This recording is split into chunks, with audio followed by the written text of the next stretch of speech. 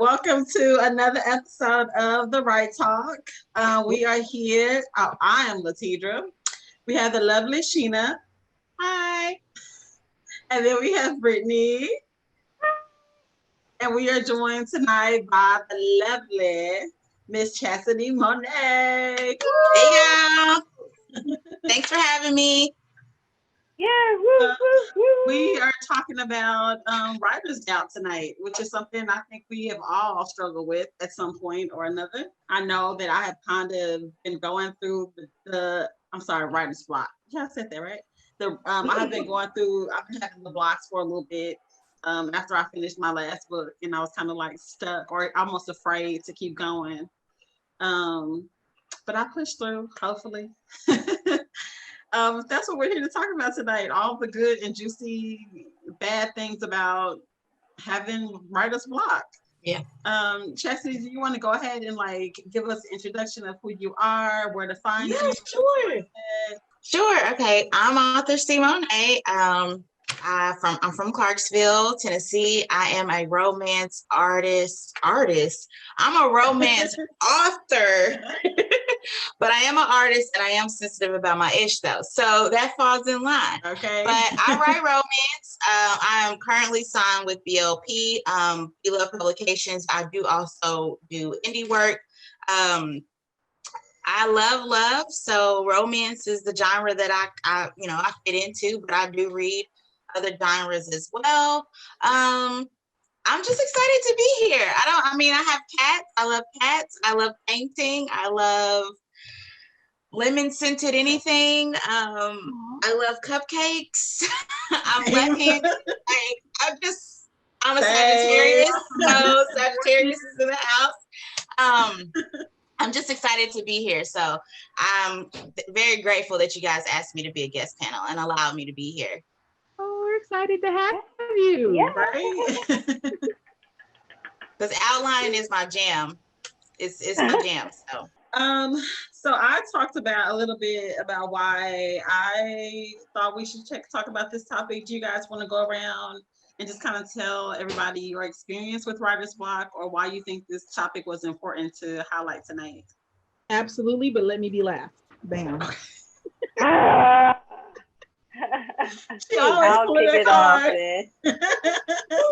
I'll kick it off, and it's important because at some point in, I guess, just about every creative endeavors, you're going to encounter like a writer's block or a creative block of some sort. And it's not that you don't really have any ideas or anything. Maybe you're just tired, or maybe you just need to do a little bit of research or just get a little bit out of your comfort zone to reignite that, creative spirit. So it is something that's common. Some people don't think it's real. Some people do. And various people have various methods of dealing with said writer's block. So we're going to explore all that tonight. Yay! I think it's an important topic because it just solidifies that you're not alone, right? If somebody, because sometimes if no one's talking about it or it's not the topic of the subject, or people kind of feel like, I'm a slacker, I'm not doing that well, maybe they'll be willing to give up more. But saying it out loud that other people go through it too, it's good to know that you're not alone, but also to give yourself some grace, because like you said, and anybody in creative spaces is probably going to run into this, whether it be, music artists, authors, painters. It's just a part of the process sometimes, and life happens. So sometimes that in itself could cause there to be a writer's block or a block within your creativity. So I think it's important to say, hey, you're not alone. Have an open conversation about writer's block because it's real out here. Writer's block for me usually comes at very stressful periods. Like I usually feel like I'm a pantser, as we all know, but so I usually don't have a problem getting started once I go, but it's like getting to the middle. And then by that time, life starts to encroach in, and then I'm focused on other stuff that's not my writing. So it's harder to get back to actually getting to the story. And I personally find that that's my struggle with writer's block. Yeah, I have a hard Feel that. time like getting the first.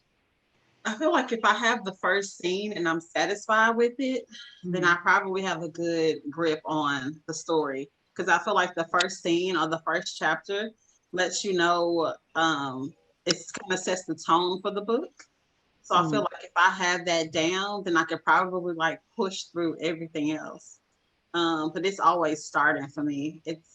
I have all these ideas and I can probably tell you the middle of what's gonna happen. But like when they first meet, stuff gets kind of murky. So So do you find it hard to like come up with like characters like when you first start?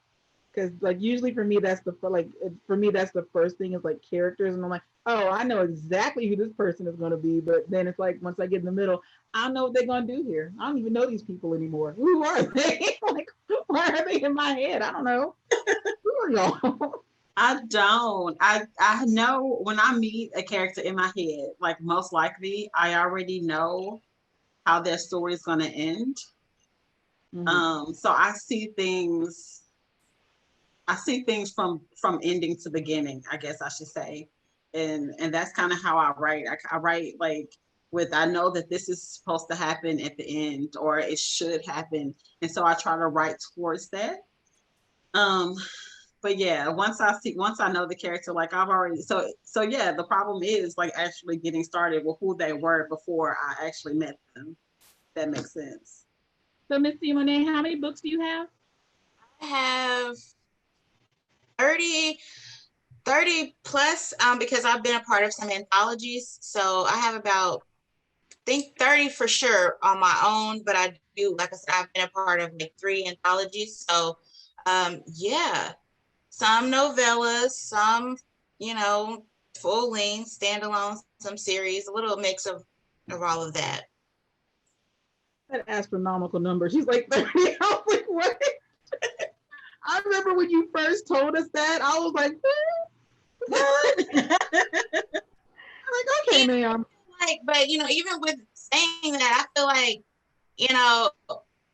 because of writer's block, I guess you'll say, I could have more.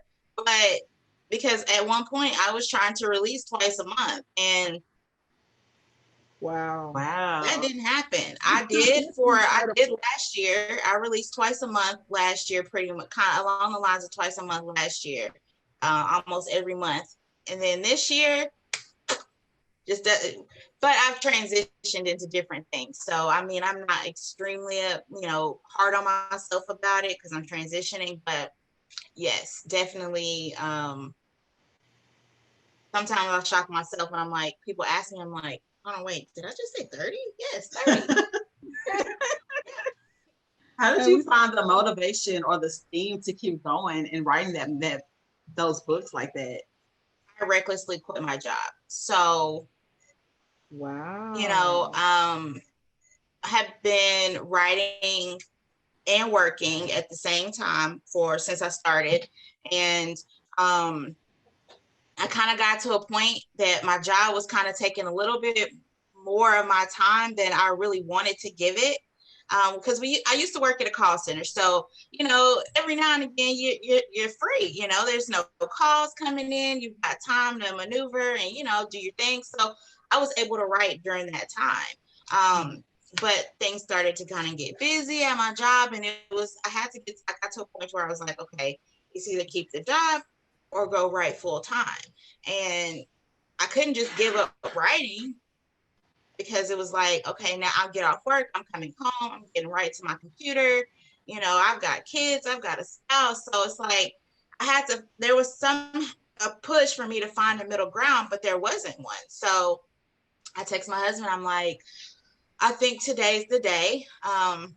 He was like, well, I mean, if that's how you feel, you haven't gotten this far by not, stepping out on faith, so do it. And I put my 2 weeks in. And so when I was able to be home, I felt like, okay, now I'm home. I have no excuse to not work on my craft, not write books, not focus on the goal at hand, which is to build a catalog, put out books, make this my full-time job. Although it wasn't easy, it was not easy, but that is how I started, how I was able to, I guess, write consistently. I quit my job. Wow. That's incredibly Every writer's brilliant. dream. Every writer's Wow. dream. It's just like, Like, really? Okay. My husband But was like, why are you honestly, putting your 2 week notice in? I'm like, because that's the right thing to do. He was like, are you going back to work? Probably not, but still. Like, that's the right thing to do. I know. I would feel bad. Be like, oh, I shouldn't have just left like that. But then it's like Especially- 3 days after True, it though. snowed, we got snowed in. So I was like, all right, whatever. I That ain't, was your sign. You're like, it's okay. yeah, that 2 week notice lasted all of 3 days. That is too crazy. But it worked out though. Yeah, it Mhm. has. It's been a journey for sure. Yeah. So That's amazing. this is a tangent question. I'm sorry. So with the advent of you quitting your job, was there ever a point where you had that block because you were afraid or you were worried? Definitely, yes. Yeah, there was definitely a point where it kind of got like, what did you just do? This. What? Because I had a And plan, it's not right? even me. Like, oh goodness. I had a plan. Okay, I'm gonna wait till January, the first of the year. I'm gonna save. I'm gonna do this. I'm gonna do that. And I felt like, okay, if I save, I would feel more comfortable when I did it. But truthfully, the first few weeks, I don't even know that I wrote anything. I just rested and chilled and like, you know what, girl, you don't have a job anymore. Like, yes, chill. So I kind of did. And then I told myself January 1st, I'm hitting it hard. I'm going to set office hours, just because I'm not at work doesn't mean that I'm not at work. You know what I mean? Like, these are my business hours. If you're not talking about coming over here to help me write a book, catch me when I'm off work, right? So, but yeah, it was stressful because I honestly, I was like, how? Don't get me wrong, we live comfortably, but I made like $16, $17 at my job. And I'm like, oh, how are we? So it was stressful. So it was kind of like, okay, get out of your own way, get out of your own head, because it's either go back to work or make this work. So yeah, there was a little bit of a writer's block because I was scared to death of like, okay, we're gonna be homeless, like my kids are gonna hate me, like, because I have to have a conversation with them. I'm like, listen, all that stuff that we do, all that eating out we do, all the trips we take, and mom needs a minute to kind of get herself, situated, because before I actually got married, I was a single mom. So, before I even started writing, I was a single mom. I didn't even have time to think about what my passion was. So I'm like, now that I found it, I really just need time to focus on that a little bit. And, mama loves you, mean it, but at this point, this is where my focus is for just a little bit. Allow me that, grace, I guess. Yeah. Wow, that's incredible.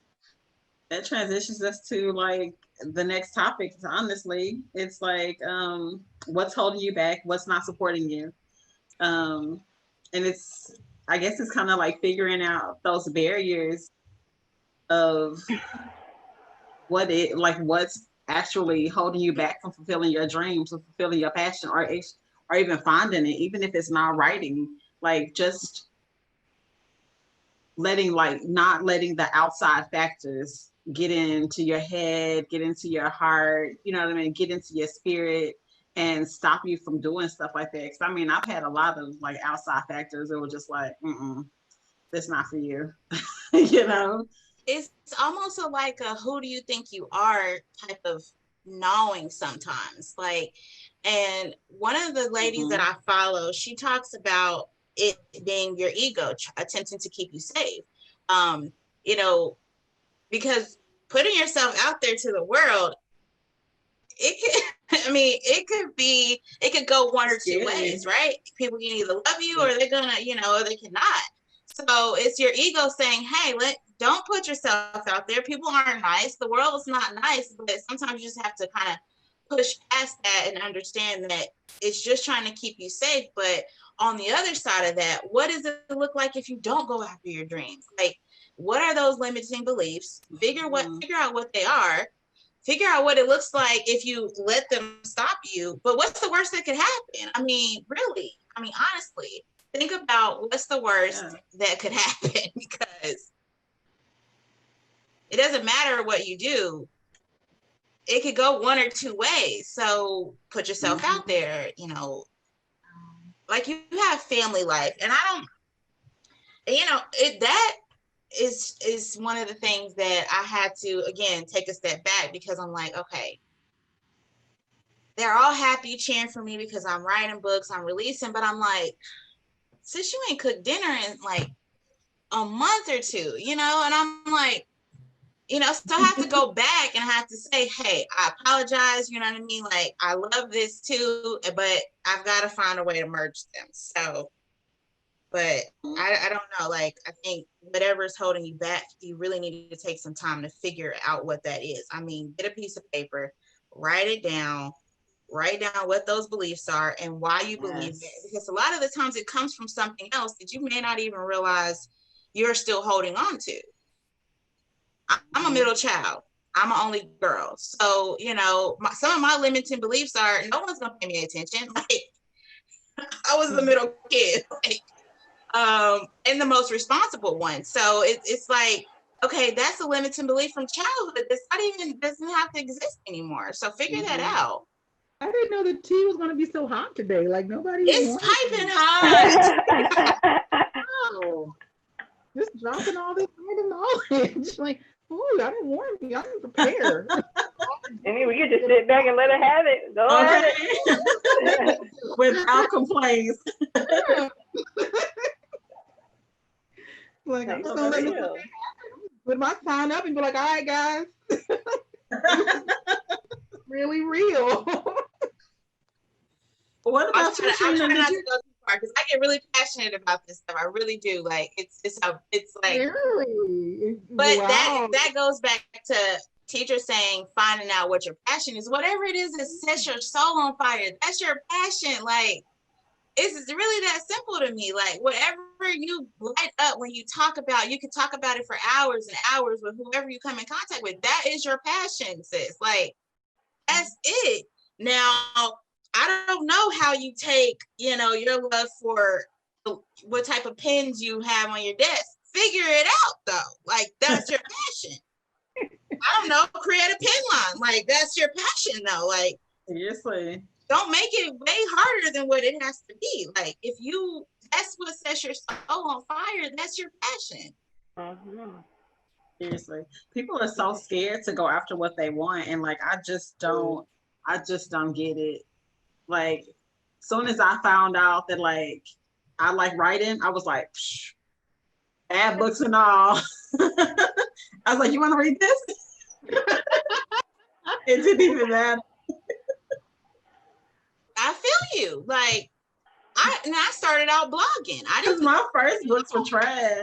Like, I've been writing since I was in middle school. No, I started out blogging and loved it. I'm like, oh, I like this. I like, blogging and coming up with topics and, kind of sharing like a part of myself, being transparent with people. And then a really good friend of mine, she was like, God told me you have a book in your belly. And I was like, girl, if you don't get out my ear with all that, girl, go on. Like, shout out to Deus, because she literally said that to me. And I'm like, no. Them prophets, huh?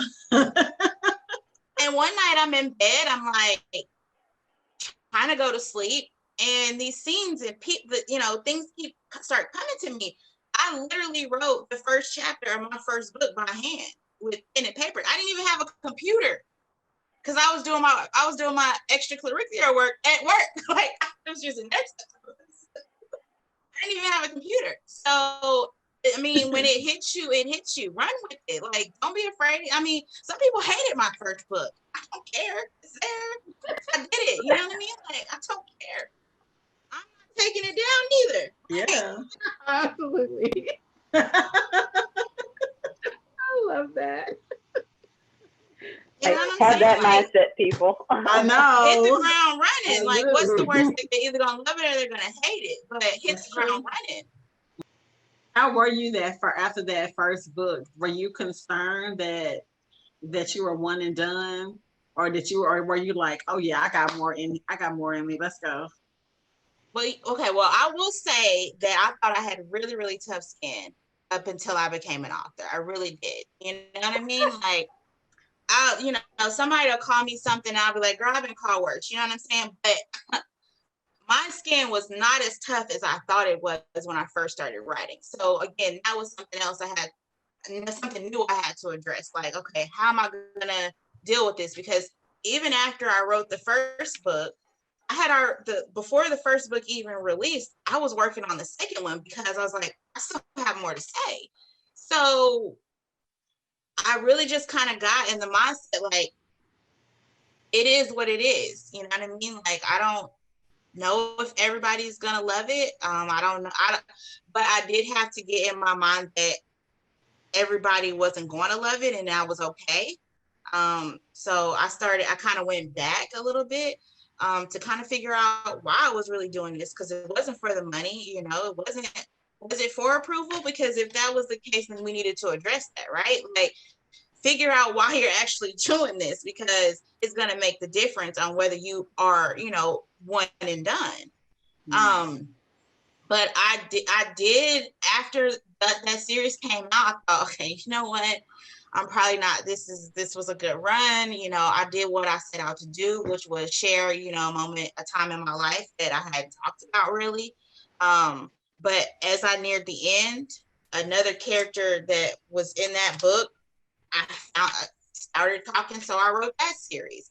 And it just, it's just went on and on and on. So if it's meant for you to do it, you're going to find a way to do it. It won't matter what people say. It really won't. I mean, it's going to sting.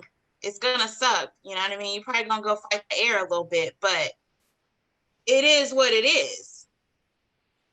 Yeah. They're basically like talking about your child. This is like your offspring, when you're writing, your blood, sweat, and tears that you put into crafting and raising this thing, and then it's like, oh, well, there's something wrong with this, and you're like, not my Those child. are some nice shoes she got on. You know what I mean? That's like, when people don't want to call somebody's child ugly and they just compliment their hair color or something. That's true. It's like, but again, like you said, it's yours. So are you going to give up on it? Right? It's because, so one of the things when I first started, because I was signed when I first started. I don't know if you've ever heard of the author NACO. Most people have. I was signed with NACO when I first started. And one of the things that she made very, very clear was, you aren't for everybody.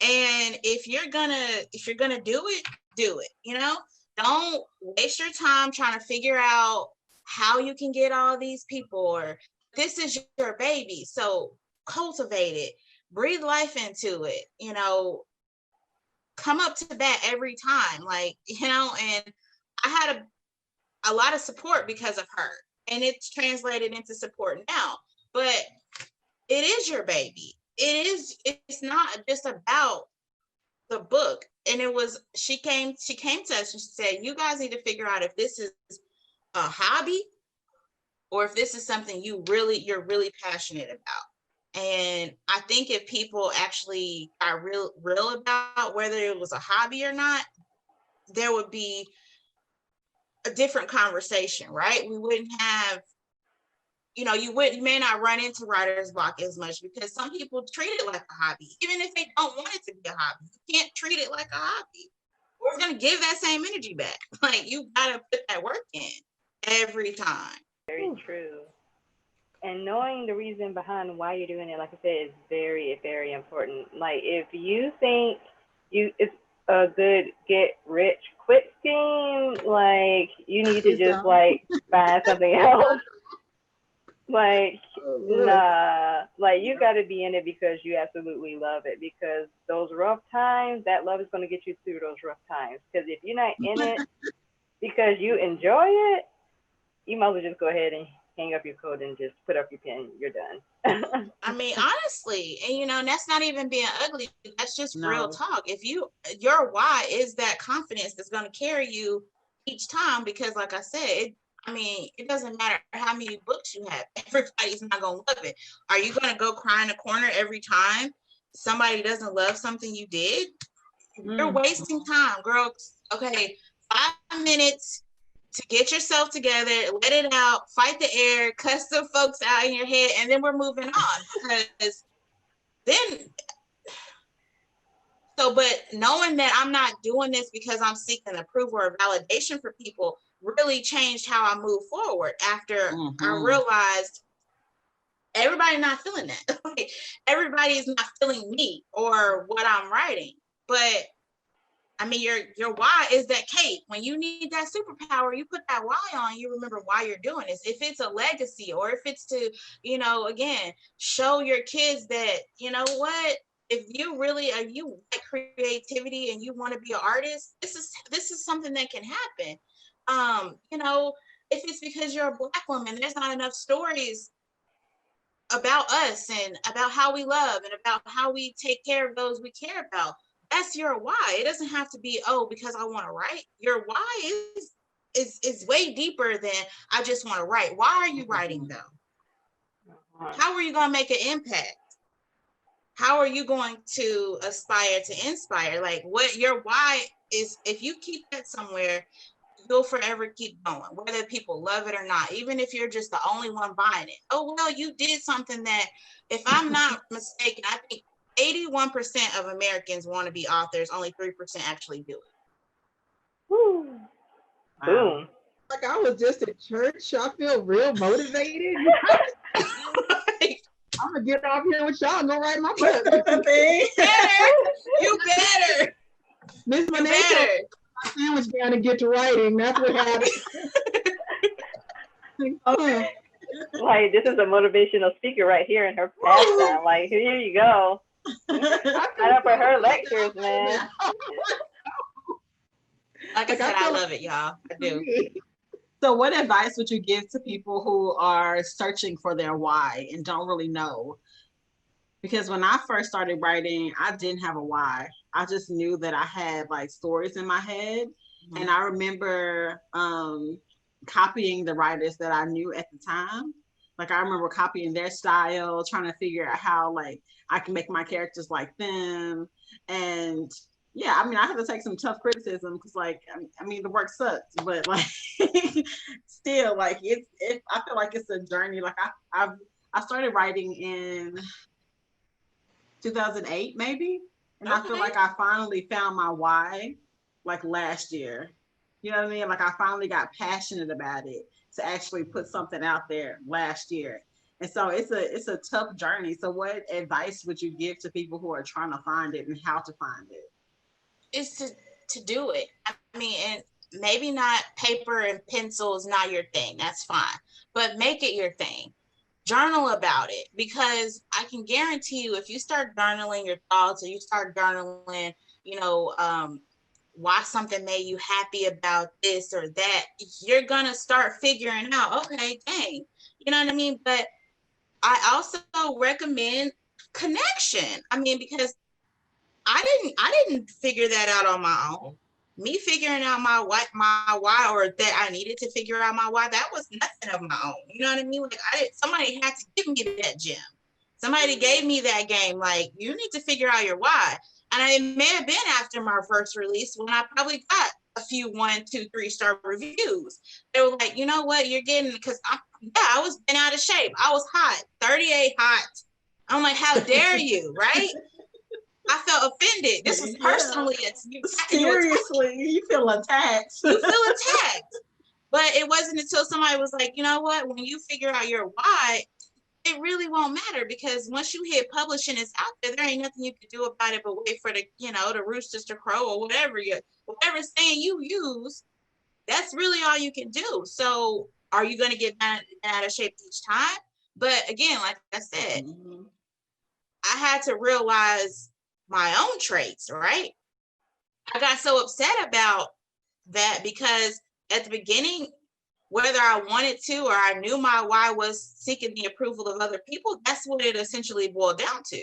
So get real about what your traits are. I'm codependent like a mug. Like, so I need people to need me and need my things. And, you know, even though I don't want to share them with you all the time, still say, ask me for them, you know?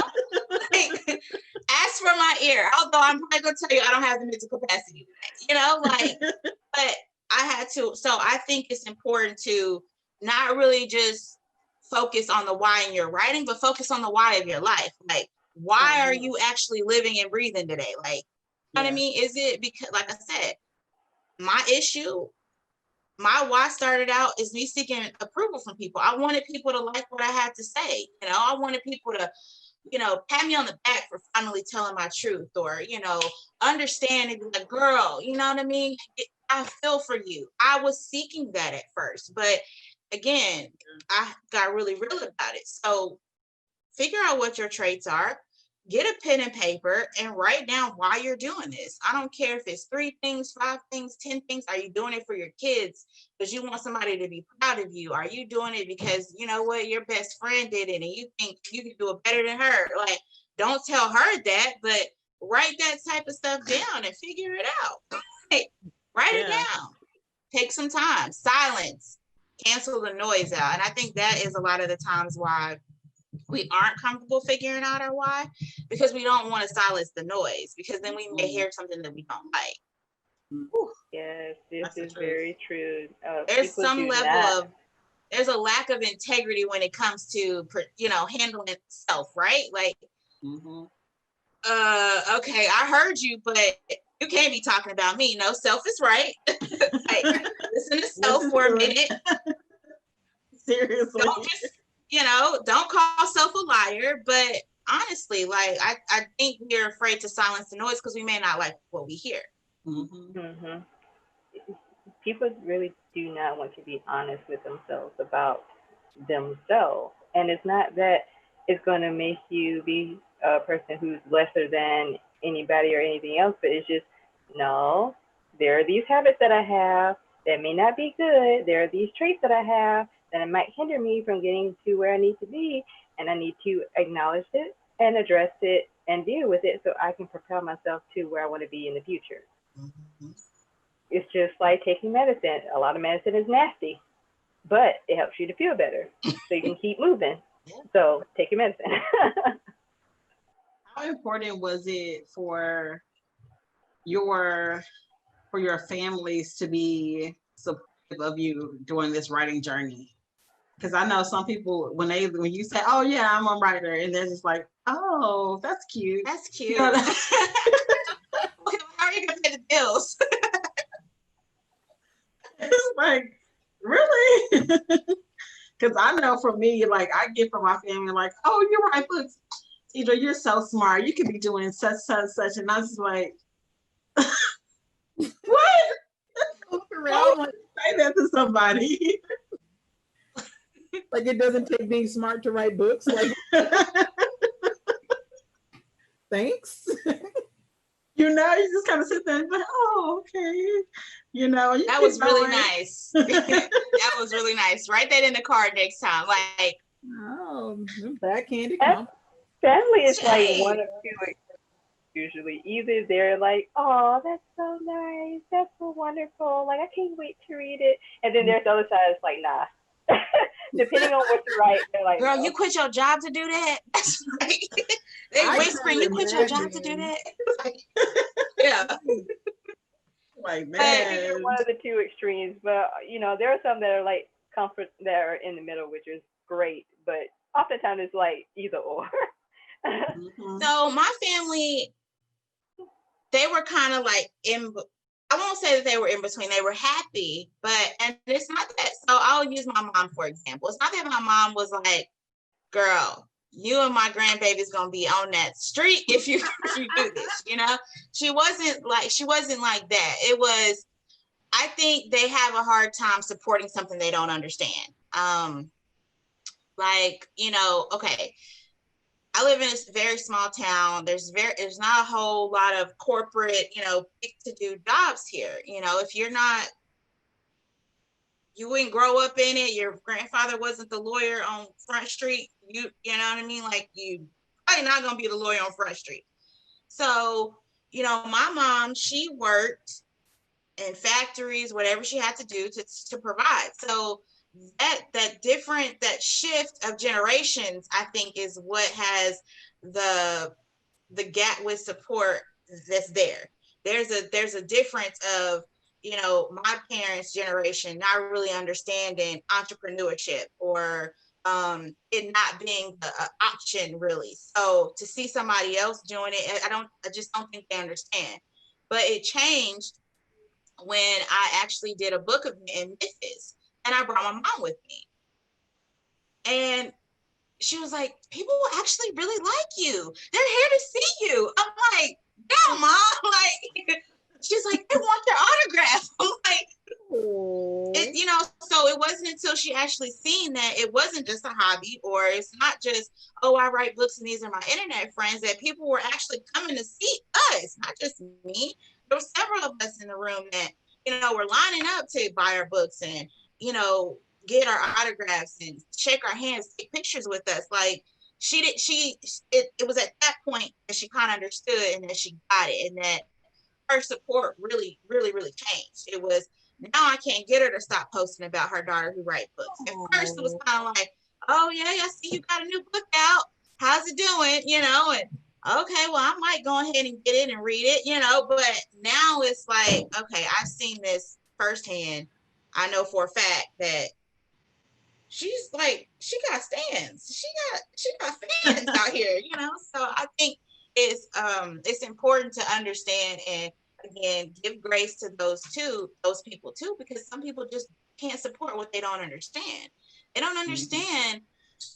Oh wait, you wrote a book? Well, is it in a school? Is it in the library? They don't understand that Amazon and ebooks are a thing. And you know, my mom has always been a reader, so it did kind of hurt my feelings a little bit. I'm like, sis, you done read A Day Late and A Dollar Short 3 times. Like, read my ish. Like, yeah. come on. But again, I don't think she really understood it, because that wasn't what her life looked like. She didn't get to, you know, she didn't get to follow through with her passion until it was my senior year.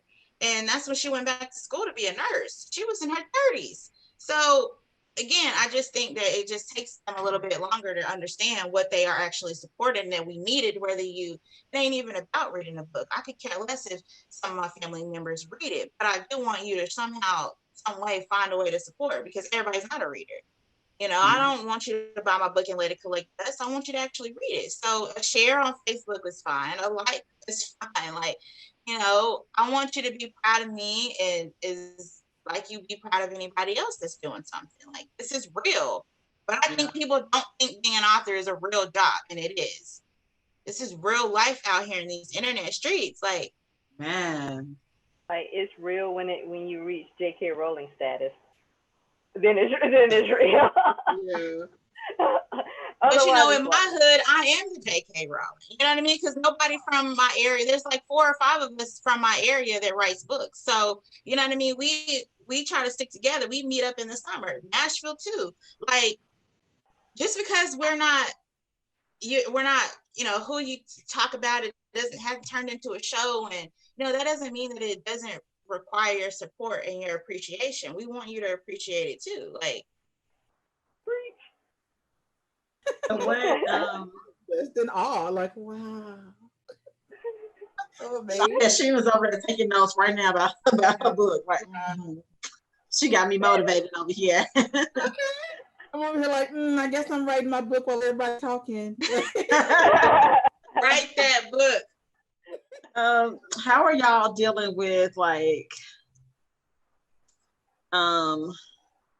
competition from like other writers? Do you feel like you're in competition with them? Do you feel like maybe you need to look? Brittany's like, oh, you knew Brittny was going to be there once. Like, who's my competition? Not over here. No, because my thing is this, like she mentioned before, you have to understand the reason why you're doing something. All right, and I know why I'm doing it, what my focus is, what my plan is, and that's that. I know my lane basically, and I'm staying in it. Yeah. So, like, no, I'm not in competition. If another writer does something similar and it turns out great, then awesome, great for them. That's honestly really cool, but that's not me. I'm doing my own thing. So why be in competition? There's just more awesome books out there for us to read and enjoy and get inspired by. So Our logo is, our tagline is that there's room for everyone. And I firmly believe that. Like, if I'm writing a book and you're writing a book, everybody's writing a book. So I hear someone's writing a book, I'm like, shut up! What is it about? Who's aware? Who's dying? These are the questions. We're so excited to find this out. So I get super excited when I hear somebody's writing or somebody is following their writing passion. I'm like, ooh, like I got hundreds of questions.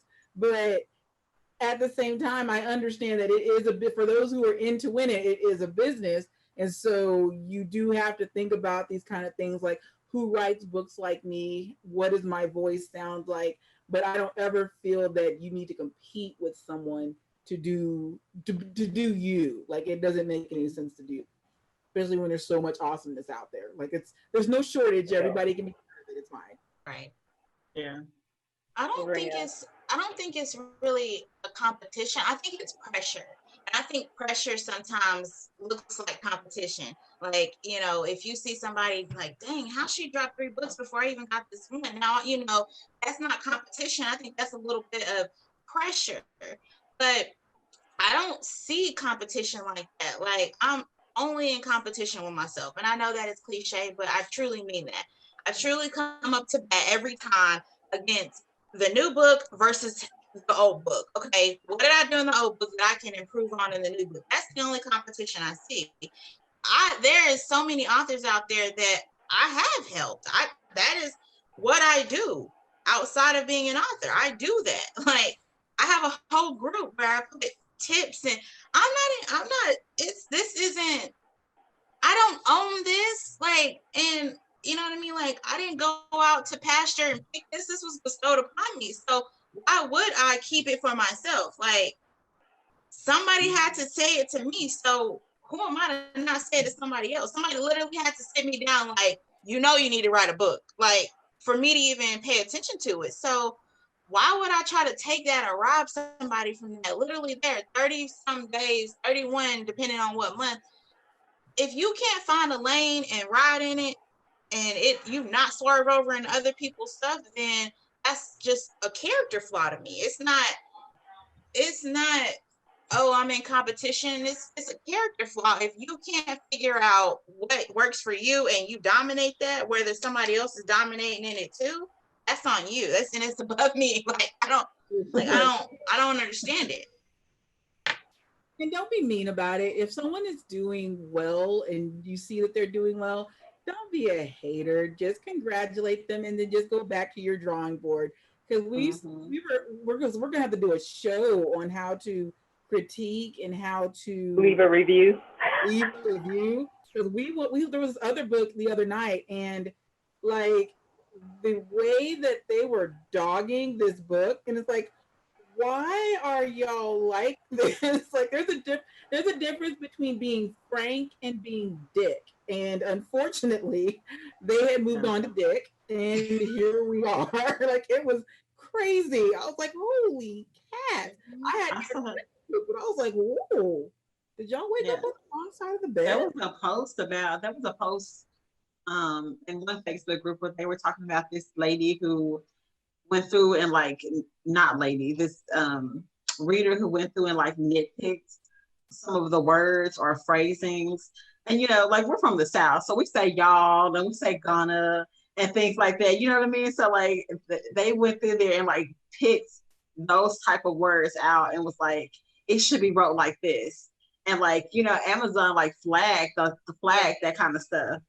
And was like threatened to, like, take the lady's book down or whoever it was. And I was just like, what?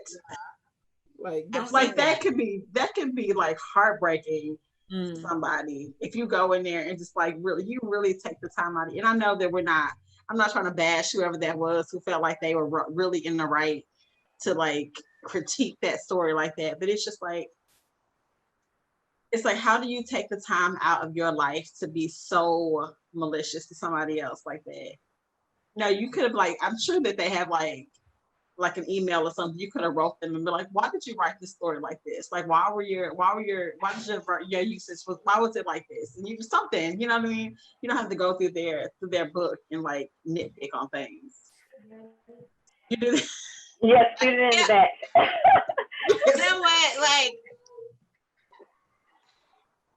I don't know. I'm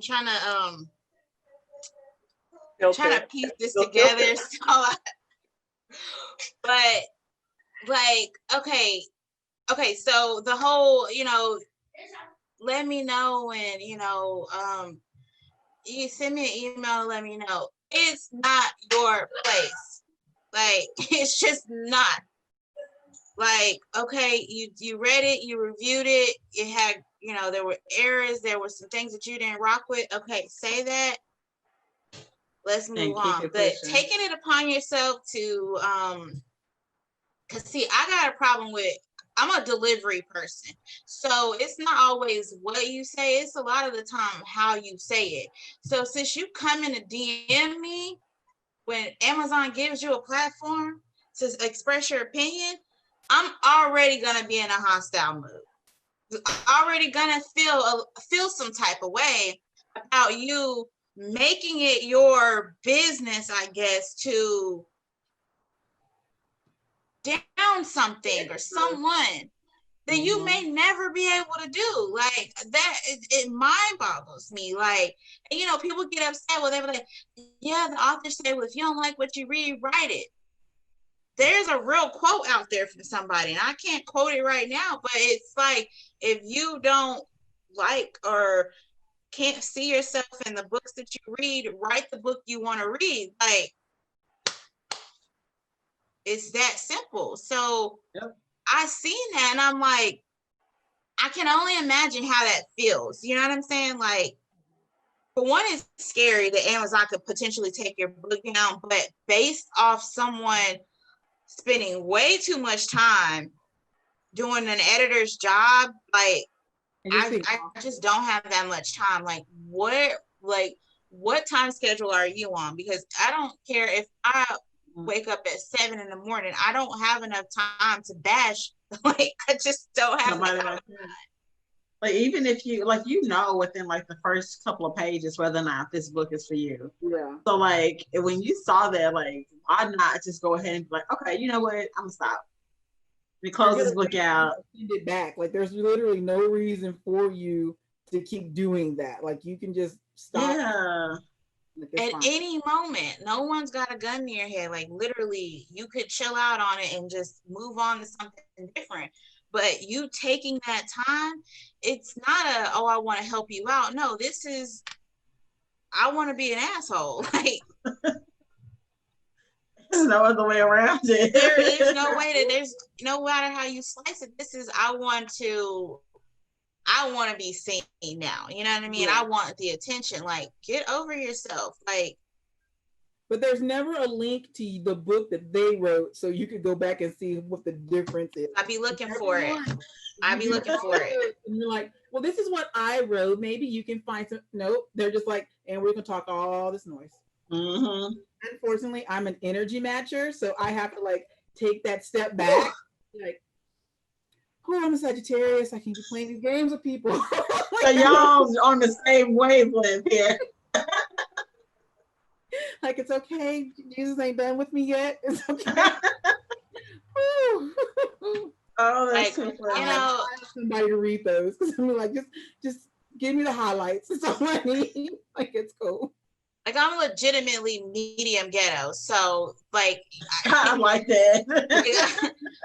From time to time, I really don't know who I'm going to give you. Like, you may like, I like literally, that. My mom, she's like, I don't, maybe it wasn't my mom, but maybe one of my friends was like, you can cuss people out so eloquently. Like, I think they're like really kind of figuring out, like, was this a read, or like, are we mad at each other because it was that eloquent? Like, don't play with me. Like, so I don't even really like read my reviews like that. Like, I do read them, but I focus more on the number because in my mind, and I may be just telling myself this, in my mind, the reviews are not for me, right?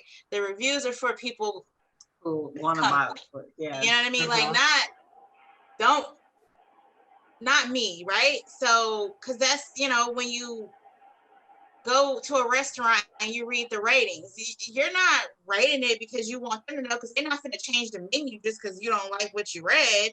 This is for the next person to say, hey, I like the steak more than I like the chicken. So like, that's where I've gotten to in my mind when it comes to reviews. Like, I'll check on the numbers because I want Amazon to do their due diligence, because I don't know if you know, but like once you've reached a certain amount of reviews, Amazon starts doing things on the back end for you. Once you reach 50, it then becomes like it gets sent out in an email blast in a way. Like, so I really focus on the numbers and not really on, you know, what people say. I will share them because I do love to read the reviews, but if I get a bad review, I'm probably gonna go pour a shot. Like, and I may pour a shot if it was a good or bad review. Like, I'm still gonna move on, because at the end of the day, like, I'm not doing it because I want everybody to just pat me on the back. I know it's not going to reach everybody the way it reached some people, but those type of reviews that say, I read the reviews and I don't see it, sis, that really drives me insane. Like, so now you're a moderator for reviews, like. Like, this isn't a saying that, oh, you can just ignore all of the constructive criticism, but a lot of that criticism is sometimes not constructive, and they're just like, is it like, was that helpful? Was it kind? Was it truthful? Like, it sometimes seems so personal, and it's like, dang, like what is it? What did you just see right now that made you feel like you just get on the defense that you needed to attack? Like, that's crazy. Like, I just want to know the exact paragraph of where we fell off. Like, that's what I need, because I'm just trying to figure we get on the wrong foot. Like, yeah. Because that book we saw the other day, it really seemed like whoever was doing that was like so personal. And it was just, I went and bought that book so I could read what it was. Like, I get it, because I don't feel like necessarily the writer, I felt like the writer was a brand new writer, so I could see where some of the criticism was coming from. But the way that reader dogged that book, I was like, are you going through something? Damn. It was like you couldn't have read what the book was about. If you did, you would have understood like why it was set up the way it was. But it was just like, like, what is happening? It was something. Like, I felt so bad. I was like, I started questioning myself. Like, okay, I was like, maybe I'm tripping. Maybe this is a horrible book. And I read it, and I was like, first of all, the title told you what the book was about. And if you were expecting something else, I don't know about y'all's reading comprehension skills. I don't feel like I can trust this critique. I don't understand what's going on. At all. Like, it was pretty cut and dry. So it was just like, what were you expecting? I was like, I don't even know that girl, but I was like, do you want to start pinwheeling? Because we can start pinwheeling anytime you're ready. It's not okay. This is a mess. Oh my God. I felt so offended for her. And you know, she put her whole heart and soul into that book, and she was just like, it's ready. And then all of a sudden, here come these folks. Here come Negative Nancy. Yeah. Throwing her tail. Yep. What they do. But I hate when people are mean to people needlessly anyway. So that's one of my pet peeves. And like, was that necessary? Because you're about to get cussed out, and I hope it was worth it, because this is not okay. But seriously, people don't even realize like what that kind of stuff does to other people. You know what I mean? Like, you never know what somebody's mental is. So when you come at somebody in a negative space, you don't know if you're dropping them down into an even deeper hole. And like, some people really just don't care. Some people not even acknowledging that fact. But it's like, to me, I feel like I want to come to you in the most positive aspect, it's the most positive way that I can, right? If I'm not feeling it, I'm going to tell you, I'm gonna be like, you know what, Brittny, I'm really frustrated right now. I cannot work on this. Can we do this another time? And I talk to my kids the same way, because I want them to be able to communicate. I want them to grow to like decent human beings who know how to communicate and talk about their emotions. You know what I mean? So it's just You like, need to do a class, Tedra. Like, that's what I need you to do a class, Tedra. Like, that's what I need you to do. Is go give you need to do one right talk where you just do a class on how to respond to things. You're so good at that. Like even when you're talking to us in like the IM box, she's so professional sounding, and I'm like, oh, look at you, girl. Put your little pencil and your little computer out. Oh, proud of her. But she must be in I management. can't even deny it. It's so funny. It's Oh gosh, that's too funny. It feels like we're not on task. She's like, okay, everyone, what are we working on? It's like, I do. Let's bring you back now. And it's random things like, okay, we just got this schedule in. So.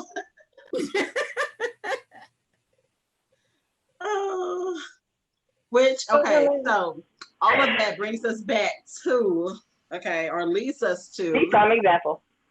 That's my job though in this moment. She's the wrangler. It brings us back to the advice column that we have here. And so like I wrote on that line the advice that I hear most people give like all the time, which is just right. And to me, that doesn't necessarily help everybody because not everybody is a just right type of author. Some people need to have bukus of information. They need to have like the right space, like whatever they feel, wherever they need and feel comfortable. Because I remember I couldn't write in certain spaces. It would freak me out. Like I'm an empath. So like if it's too much going on and I can't focus. And so I remember I couldn't do that. So when people say just write, to me, that's not helpful. When I say, the question is like, how do I start my book? How do I write my book? How do I get going? Like, what is the first things to do? And people say, well, just start writing. It's like, okay, well then what? Like, I'm gonna write my name like I'm in school. Like, what else? So like, seriously though. So like, can we just talk about like some of the advice that y'all have given or that you've received around like actually start putting pen to paper or keys to computer?